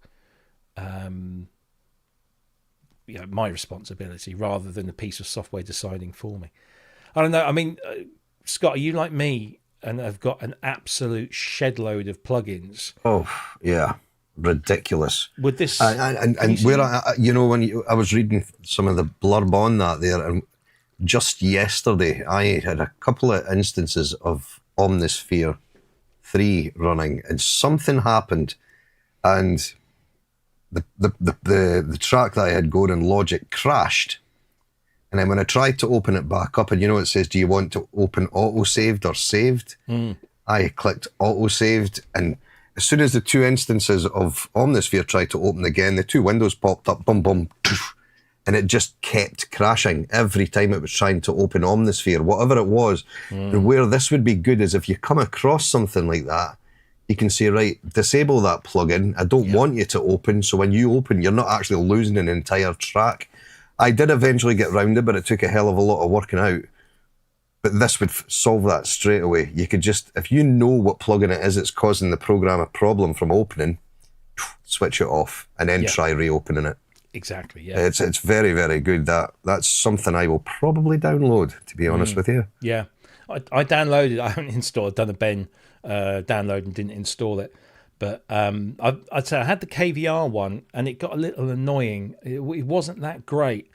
Plus, it also, and I think I turned the feature on, and you can turn it off, but I didn't get around to doing that. But it kind of signed you up to constant email reminders from KVR about, this has been updated, or there's a new video about this, or there's this, or there's that. And I was like, shut up. So I eventually kind of uninstalled and turned it all off. But I like this. And I think the fact that it's free is nice. Although, please, if you do get this and you find it very useful, there is a donate button there. So please do donate. Yeah. By the way, Wookie, it is Apple only. Yes, it is. Yes, as I said at the beginning, it is only Apple. Whether they have any plans to do versions on Windows, I don't know. I don't know. Is it because with Apple plugins, whether it's audio units or clap or VST2, VST3, AAX, they all go in the application library audio plugins folder. Yeah, it's either VST or components or VST3 or whatever. Yeah, and so they all go into this same place. Whereas with Windows, it can be a bit arbitrary, because I know that, Steinberg, if you install Cubase, they'll create a folder called Steinberg VSTs, or it'll be Steinberg /VST plugins, whatever. And I remember installing plugins on Windows and it defaulting to that folder, but you had the option to put it anywhere you wanted. And I guess maybe Windows is probably more in need of something like this. I don't know. I mean, maybe things have changed. What's on screen at the moment, it's got 50k plus plugins in our database. Yeah. Well, Kent's got more plugins than that. Yeah, well, there's been some rather humorous comments in there. That I would love to see him run this on his system. It would just go... Yeah. If you've got a lot of plugins, Rob, have you got Plug Search? That's a very good bit. No, I haven't. That's very good. If you use Logic, superb. Yeah. Plug Search is the one to look up. And basically what you do is, rather than having to search, like obviously when you're in Logic, you have to click where your plugin goes, and then it opens a drop down. You go down to users and down to all your different... You don't even have to do that. You just hit the control button when you're hovering over where your plugins go. And you can, and a search menu just pops up, and you can just search for the plugin you're looking for, and it just imports it straight into Logic. Very good. Interesting, yeah. Have a look. Very, very good. There was something else I saw that's just recently come out, and it's for Ableton Live. The developer, used to make something like this in Max, but now he's actually developed a standalone application. And what it does is it works... Are you familiar with the way that Reason works with its plugins listed down the left-hand side with visual thumbnails of the plugin? So again, for people like me who are heavily visual, learners and visual users, I can see the plugin rather than just, look for the name of it. I recognize that's the one I wanted. It's a similar sort of thing for that. So it'll scan all of your plugins and it will automatically grab a thumbnail of the plugins and then throw it into this selector that you can then use within Ableton Live. So there's some clever people out there doing some very You're my things. Selector. But Speaker Food, Plug Search 4. It's very good. Very, very good. Is that chargeable? Is that no, you're asking. Plug Search 4. How much is that? $30, is it? Yeah, $30. It's superb. I think it covers covers AAX as well as VST, which I think the freebie one doesn't cover. So just I think that's what. I think Plug Pane only does VST, VST3, and audio units. Which, to be fair, the bulk of people, that's what they use, because AAX is Pro Tools, isn't it? It would be nice to see clap in there, because clap seems to have, as a format, seems to have kind of, I don't know, just seemed there was a big kind of, oh look, there's this new thing, and well, a bit like FLAC as an audio thing. There are certain specialists that will always want to use FLAC, but it's that many in the out of all of this. So it's a good format. But anyway, free of charge for Mac users. Plug Pane, it's plugpane.com. Nice and easy to remember. Very good. That one. Yeah, some new hardware that was announced today. We again, I don't want to play the video for this one because I'm not entirely sure we'll get a copyright strike. But that there is a new Nord Electro, the Nord Electro 7. Another generation of red keyboard that you will see on most live stages, whichever gig you go to, because pretty much everyone uses these, because they are strong, versatile, powerful, and the Nord Electro 7 has some new features. So it's got a new panel design. You got all the physical drill bars on the model. You've got a quite comprehensive organ section with B3, Vox, Farfisa, pipe organs, rotary speaker emulations, 3 mic positions for that as well. There's also a synth section in there that allows you to use samples. It also has analog waveforms and FM synthesis, mono, legato and glide, unison mode, FM, partial FM and amount, dual envelope for amp and filter FM, compatible with the Nord sample library, which is a pretty decent library. Effects section in there. It is just, it's this the keyboard player's dream when it comes to stage keyboards. Whether you use all of the sounds on board or whether you use it as a combination of that and some external stuff, they're just so well built, so rugged, so yeah, they it's like stand out on the it's stage. the workhorse of the stage world, that Really thing, is. isn't it, really?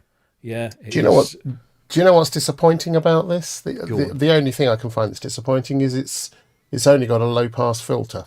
Oh, shame. That's it. Yeah. No, but seriously, for this kind of a synth, it's such an iconic synth and it does so much. Just having the low pass filter seems like a bit of a what? Really? Is that it? But otherwise, I mean, it's a great thing. I love the fact they've got 9 organs, the full 9 drawbars full as nine well. drawbars, yeah. No, it's the standard, isn't it? It's the industry standard, and they're built, like brick outhouses. I love the colour. It just looks great, and it sounds great. It's what can you say? There's going to be a whole bunch more of these on the stages, and maybe some Electro 6s and lower coming up on the used market. There are 3 versions of this. There's a 73 note semi-weighted with a waterfall keyboard, of course, is very important for those organ players. Then there's a 61 note with a semi-weighted waterfall keyboard. And then there's the HP, which is featuring a Kawai hammer action portable keyboard with triple sensors. Not 1, not 2, but 3. So yeah, if you're into the organ stuff, then I guess you go for the standard 73. If you're more of the piano, then that's Piano. Go for piano. Somebody pulled me up once. Actually, the guy who pulled me up on it is no longer with us, rest his soul. But he always picked me up on the way I say piano. Is that What? odd? Piano? No. Is that no? No, He always no, used to piano. say, why do you Piano. say? I mean, he wasn't down from the east end of London and go piano like the old Joanna. I have no idea. I mean, it's an Italian word. I mean, I should be getting it right, shouldn't I? Yeah. Paiani. It's my Paiani. Yeah. Anyway, Nord Electro 7. I mean, I don't know that much about these things to know whether this is a really good upgrade or not. But I've always... I tell you what this is missing. It's missing that lovely thumb pitch bend piece of wood. Yeah. And the stone kind of wheels. They're just beautiful. It's classic Scandinavian design, isn't it? Yeah, their pitch wheel design is the pitch bend. Sorry, design. I'd like the display to be a bit bigger as well. I mean, everyone else has worked that out, but it's people that like Nords will love this, and it's you're right. It is a bit of an industry standard, but it's I'm not wet around the gusset for it. I can live without one. And on that note, let's see, Yamaha. So Yamaha, have been teasing on their website that they've got 2 new instruments coming, being announced on the 22nd. So that's Thursday, I believe. So we don't know what they are. We have no idea what they are. But they're not resting on their laurels, and this will bring us back to the AI debate again. So we don't need to dwell too much on the good and bad of AI, but we'll talk about how it may be their thoughts about the way it's implemented. But first of all, there is the news that Seek Track, which has been an incredibly popular thing for them and has got many fans, has had a version 2 update to its software. It's a very powerful thing, and it's got lots of new features. What are those new features? Well, I'm going to tell you. They are... you can now convert drum tracks into AWM2 synth tracks. So, for example, if you're using the Percussion 1 track and would rather have another AWM2 synth, that's now possible. In addition, you can now combine the individual drum tracks into a single drum kit track with up to 7 sounds. So that allows you to use the tracks more efficiently. But that's not all. So the blurb says the 2.0 update also expands the functionality of the bar length button, which can now also be used for drum tracks. They've also improved the functionality of the all knob by pressing the volume, page scale, octave key, BPM or swing buttons and turning the all knob. You can now quickly adjust those parameters globally. It's also got updated support in the app to support all of these new features. There's an improved backup feature. So it looks like they've really, spent a bit of time and done this properly and just made what is an incredibly affordable and quite cute looking thing even better. Have you ever been tempted to get one of these, either of you? Have you ever thought about that at all? I was quickly tempted because Cressy's got one. And some of the things that Cressy was doing with his, I thought, that's a neat... The only thing I found odd is it looked a bit like a cigarette. Just the design of the orange and sort of grey one. It does. But it's got some cracking sounds in it. I was very tempted, but then kind of talked myself out of it because again, it's probably one of these things that I would use for a couple of weeks and then I would just be back on the dough again. It's just not my thing. It's not that I don't think they're good. It's just not my avenue, if you like. But, I think if you're on the very move, cool. Yeah, this exactly. is something you could stick in the backpack and if I was still offshore, this would be something that I would love because I could just throw a Absolutely. set of headphones in and sit in the cabin on a night time and better than watching rubbish TV. You've got an AWM2 sample-based engine in there. And there's the FM engine, which, as Manny's pointed out in the chat, is based on or if not based on, is the Reface DX engine in there. So that's a nice little thing. And then you've got the drum stuff in there as well. I mean, I think it's a pretty cool thing and kind of gives Teenage Engineering a bit of a run for its money in that kind of, small but powerful little unit. And very well priced. Yeah, absolutely. What is it now? I don't remember how much it is now. £222 for the black one, £265 for the orange one. I don't know why the orange one costs a bit more, but anyway, it's not bad. I'll be taxed with it being a cigarette. Honestly, I've got a lot of different modules here that are portable, little synths that are portable that I take with me that do some degree of sequencing. And if I want a dedicated sequencer, we go with something like the Behringer or one of those things, which honestly, they look, very old school, but I'd get more use out of that than this, perhaps. It's a good thing. It does a lot, but you're not really seeing a lot. You need to know what you're doing with it, don't you? Yeah. Maybe this news, again, got to thank Steve Elbows for bringing this to my attention. I haven't really, he left it late. But apparently Yamaha have begun technical verification for utilising an AI-powered sample generator that will integrate into the Seek Track app and therefore be able to work with the unit. So from what I understand, it's a software application. There it is. So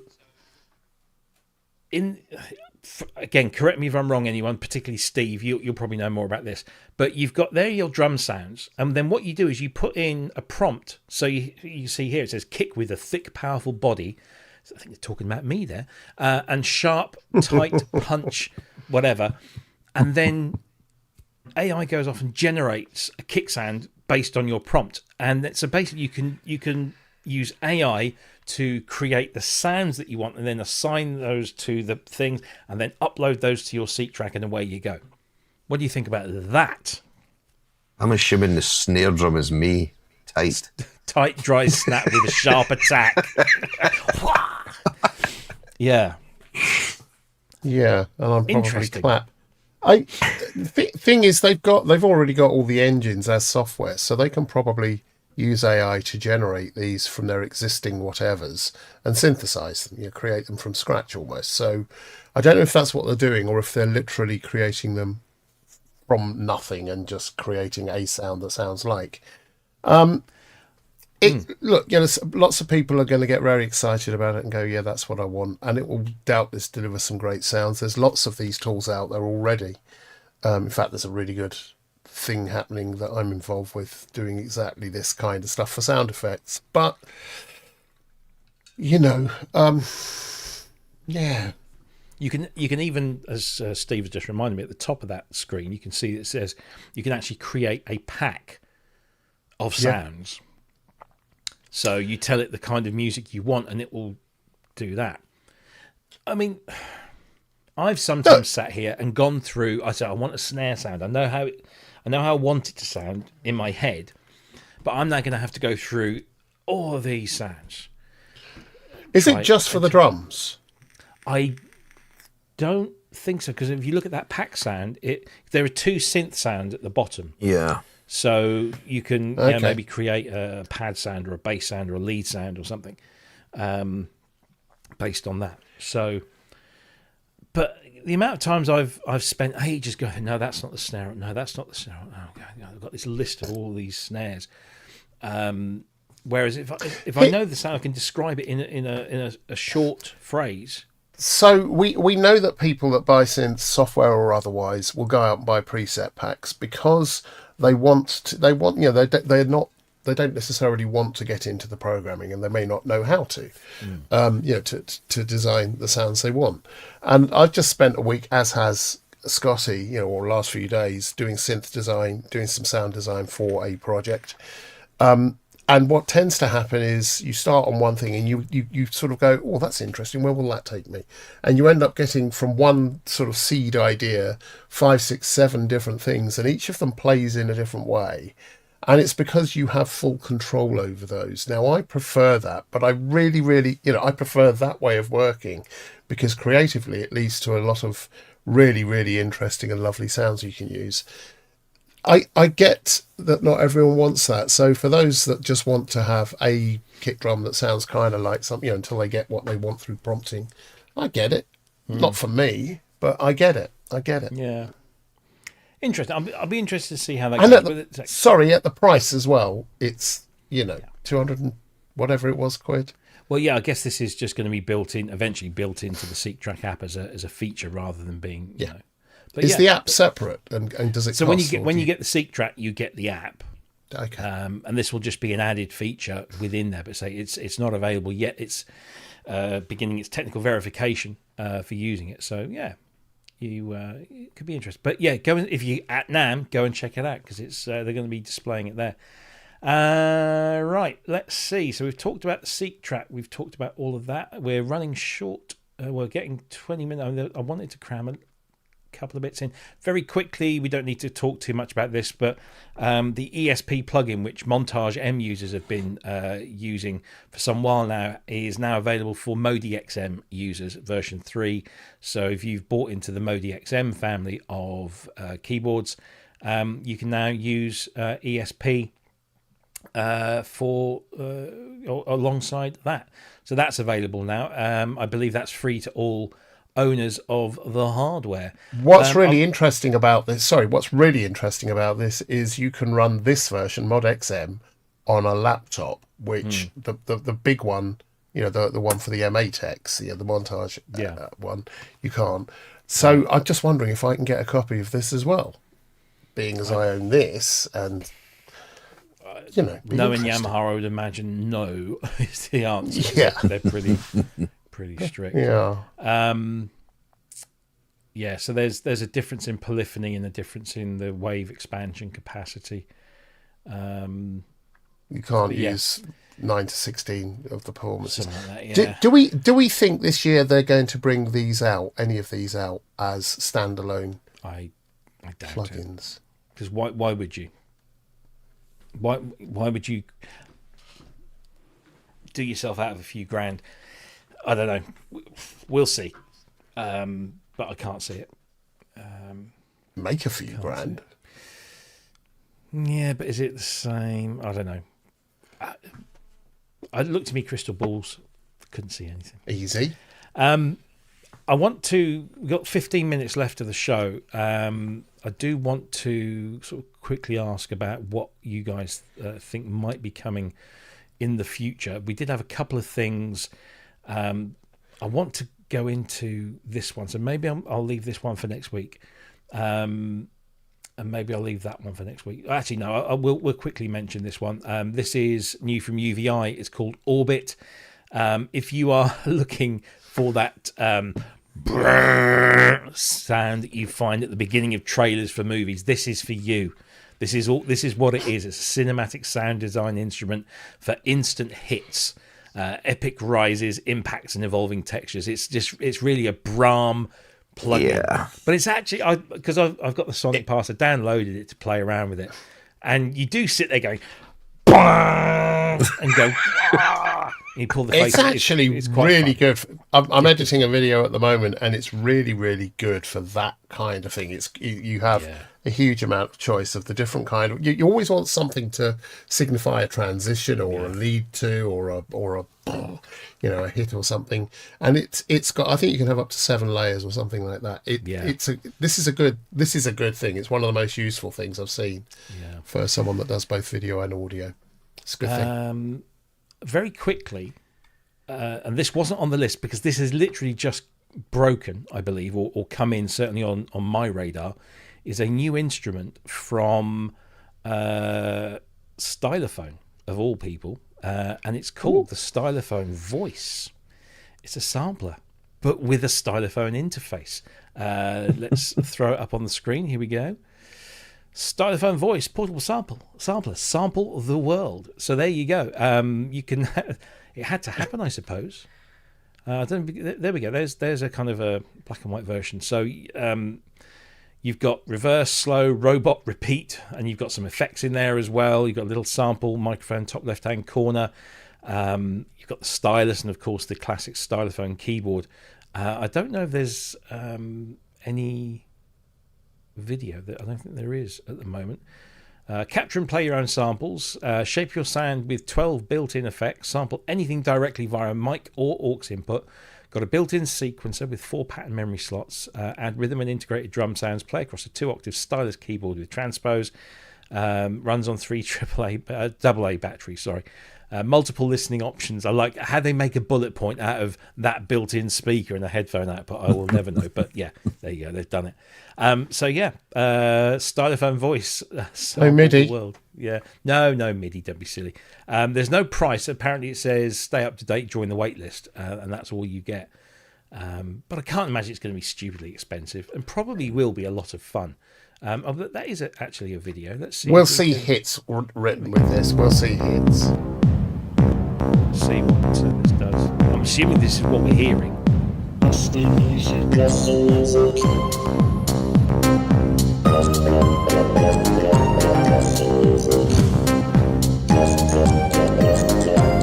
Very early Depeche Mode now, isn't it? Very. Post Vince Clarke.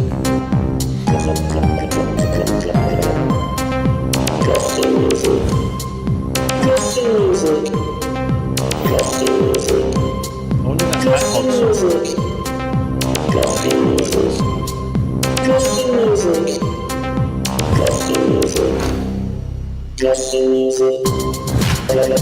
But there you go. I've got to have one of these. It looks kind of good fun. For me, this is more fun than that theremin thing that they did. Yeah. In my opinion, anyway. The fun you could have on a train with that. I know. Right? Yeah, how much you can annoy people. Wobble. It's got a wobble button. Bop, bop, bop, bop. Love it. Yeah. Have some of that. There you go. Stylophone Voice. Sign up now. And I guess, again, if you're at NAMM, the Debrec guys will probably be there with one of those. Can you pop a link in? Yep. Unless Steve's already done one. He probably has. But yeah, Steve's dropped one there. Have you? Yeah. Thank you, Steve. And a link. Wonderful. There you go. So I'm going to join the wait list on that. Yeah, go for it. It's nuts. Okay, so we've got about 10 minutes left of the show. So just a little kind of bit of fun here. We had some great stuff happen last year in the world of synthesizers. Some very interesting bits of kit. Some of which haven't even surfaced yet. We're still waiting for the Udio Domino to go on sale. We're still waiting for the brilliant Frap Tools Magnolia to go on sale, and a bunch of other things. But start with you, Andrew. Any thoughts on what we might see in the next 12 months, or what you might like to see in the next 12 months? This has occupied more time than I care to think, and I still can't work it out. Remember, I would like 10 minutes. okay. I would like to see the ANX as a dedicated standalone synth with all the controls exposed. I'd love to see a sampling stylophone. Oh, that's coming. I think one of the big things that's going to happen more and more this year is going to be the advent of hardware controllers, even more hardware controllers to control soft synths. I think that's a good thing. I think that's going to be kind of interesting to see how that works. What else is on the cards? Oh, more. I think more of the soft plugins from people like Korg. That's going to happen, and I'm expecting some more analog now or analog model from Roland. I fully expect that to happen. Yes. I'm not sure what else is coming. I suspect Arturia will be doing something amazing, and I would hope that advanced Hydrasynthy people. ASM.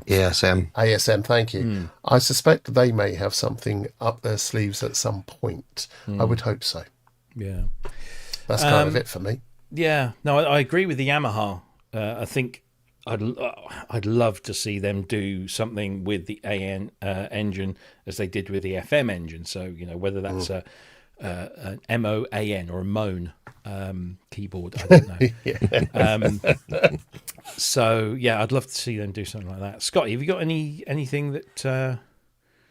I think the one that we may see drop at NAMM, but I'm not too sure, would be the JT16 from Behringer. Oh yes, yeah, because they brought a whole bunch of stuff, didn't they, last year? And going by the job that they've done with the UBXA, that would be one that's on my hit list, just to see how well they've done it.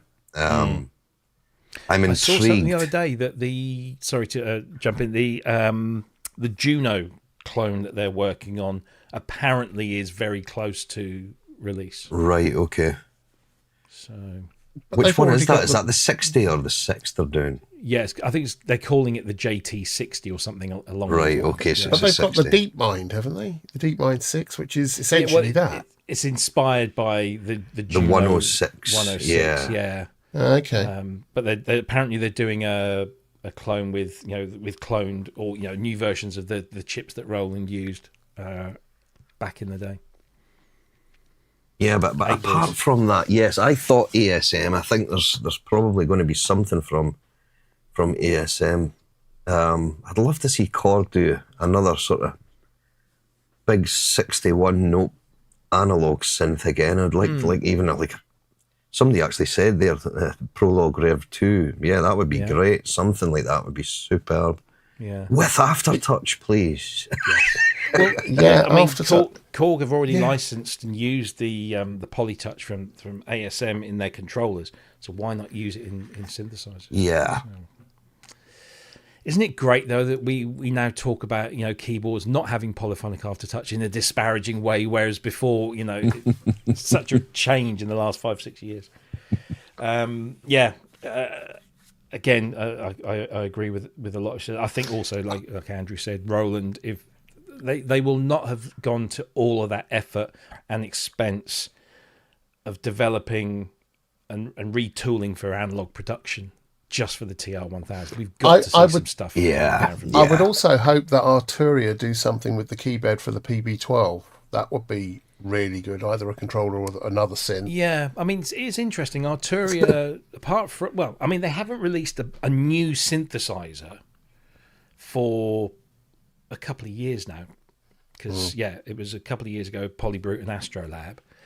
And all we've had since then in terms of hardware synthesizers have been either the reissue of the Microlab or the different versions of the different versions of the Astrolab.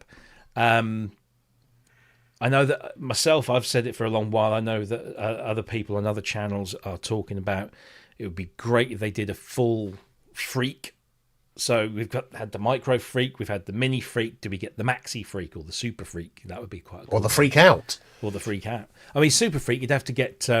is Rick James? No, Rick James is dead, isn't he? You'd have to get... But, I think a big Freak synthesizer would be a great thing. So, the other thing which I was wondering, I was sort of cogitating, I was wondering whether or not Osmos would at some point bring out a mother keyboard with their patent key action. Yeah, that could be, because that's lots of people have kind of started discovering it, but it's a bit like the mask. It's just a little bit too much. They launched their 300 quid module, and it's kind of but this would be just the key bed and controllers. The fact that they've been pushing the last year or so partnerships with plugin manufacturers and developing 300 presets, MPE presets for that plugin would point a lot to them maybe going down that path. It would make sense. And so that then also leads to, how will there be more partnering between software houses that create plugins and hardware to control them, or hardware versions of that hardware that can run it? It's what we've seen with a lot of the like the GeForce Mellotron, or the which is a while back now, I know, but that was such a different way of treating that instrument. I'd love to see that as a hardware thing, a dedicated hardware thing. As Steve has mentioned in the chat, the Waldorf apparently have said that they're going to be making more instruments in this form factor. So that'll be interesting to see, because at a price, this was 295 quid, and it's a very nicely built, and it sounds great. It's limited in terms of your connectivity at the back, and I don't like the fact that it's USB powered, but they do provide you with a USB inline filter that you can use to get rid of any noise. So that's nice. But yeah, we'll probably see more of that. Another one to throw in the mix as well is, I wonder, going by past. Hello, Ken. Bonsoir. Like the Take 5, then you had the TO5. I wonder if the form will get an Oberheim version of that sort of form factor. Yeah, there does seem to be a constant parallel. Which is business sensible as well, because they've put so much R&D into the form or the Take 5. It makes sense just to take that knowledge over with the various different oscillators and filters, But I do wonder whether we'll see a little mini Oberheim at some point. But I'm sure we will. Which would be cool. That would be very cool. Yeah. UAB1. How are you, Kent? Bald. Mostly bald. Ken, when did you start going to the same hairdresser as me, my friend? I'd like to see a voice-activated Akai polysynth. So, voice-activated what, sorry? Akai polysynth. Akai polysynth. Yeah, so you just spare it a lot and get different sounds from it. Okay. So something of that nature would be quite nice. But maybe Behringer make something original. Yeah, now you're hoping. Yeah. I would like to see Behringer actually complete some of the stuff that they promised us a year ago. We're still waiting for that BX1.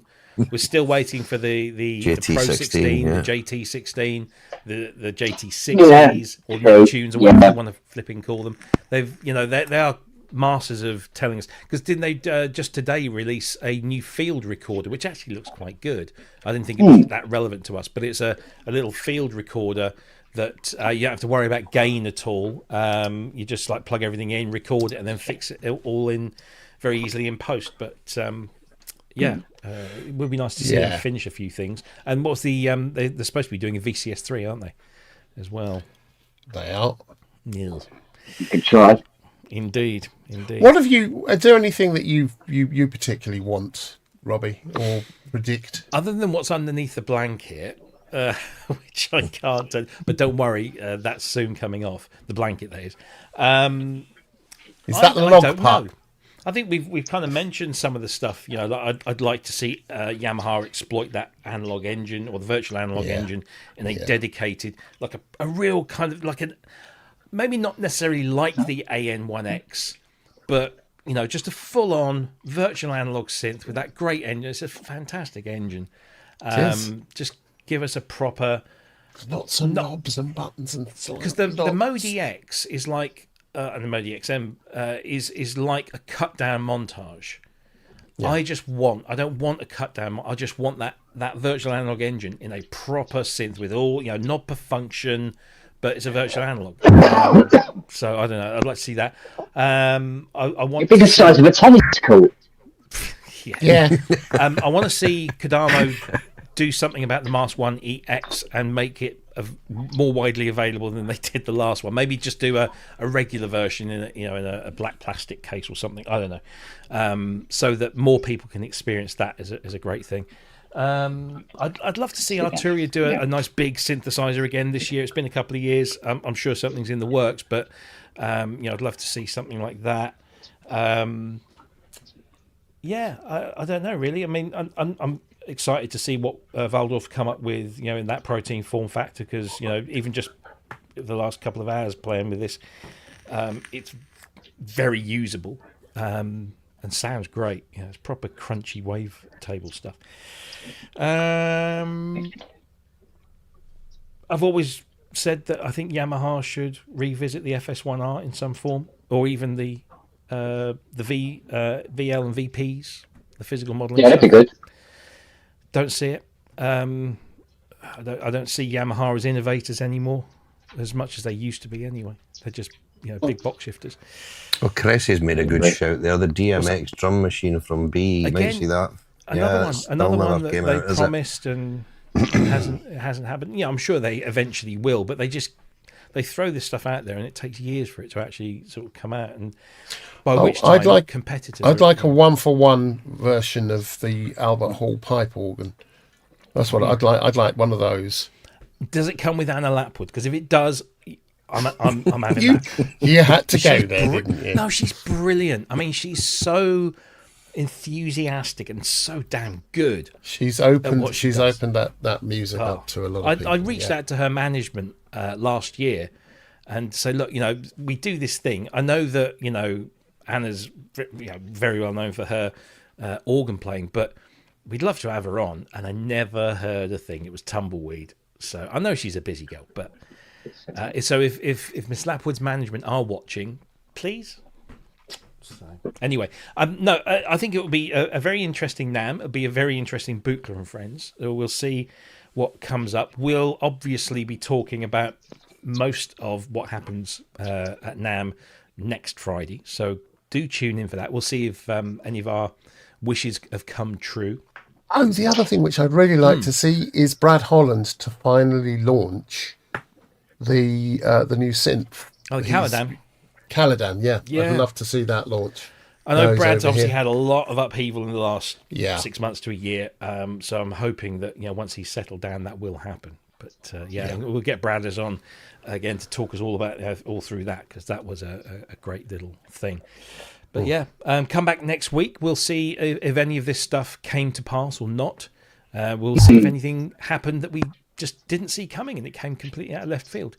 All I will say is make sure that you do subscribe to this channel, and if you're not too fussy about it, please do hit the bell button to get notifications, because sometimes, and I'm not saying we might be doing something soon, but I'm not saying we're not, but sometimes we put out videos outside of the regular Friday show, and you might just want to watch it.